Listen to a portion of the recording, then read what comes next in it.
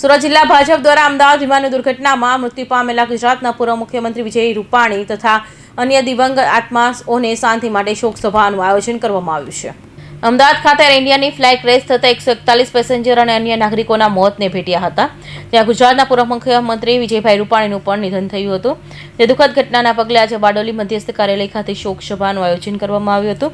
ત્યાં જિલ્લા ભાજપના હોદ્દેદાર તથા વિવિધ તાલુકાના સંગઠનો, નગરપાલિકાના હોદ્દેદાર સહિત ચૂંટાયેલા પ્રતિનિધિઓ ઉપસ્થિત રહ્યા હતા અને દુઃખદ ઘટનામાં મૃત્યુ પામેલા પૂર્વ મુખ્યમંત્રી વિજયભાઈ રૂપાણી અને અન્ય નાગરિકોને શ્રદ્ધાસુમન અર્પણ કરી મૌન પાળી શ્રદ્ધાંજલિ આપી હતી। આ પ્રસંગે બારડોલી સાંસદ પ્રભુભાઈ વસાવા, જિલ્લા ભાજપ પ્રમુખ ભરતભાઈ રાઠોડ સહિતના આગેવાનો ઉપસ્થિત રહ્યા હતા।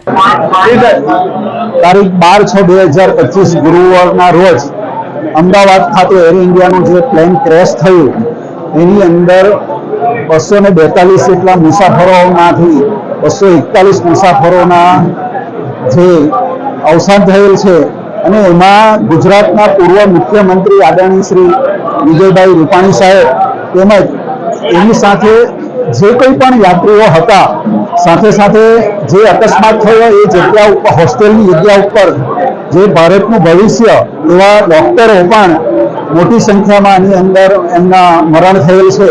એ નિમિત્તે સુરત જિલ્લા ભારતીય જનતા પાર્ટી દ્વારા આજે અહીં એક પ્રાર્થના સભાનું આયોજન કરવામાં આવેલ હતું, જેમાં સામાજિક સંસ્થાઓ, માનનીય સાંસદશ્રી, ધારાસભ્યશ્રીઓ તેમજ ભારતીય જનતા પાર્ટીના હોદ્દેદારો અને મોટાભાગના કાર્યકરો સૌ અહીં ઉપસ્થિત રહ્યા હતા।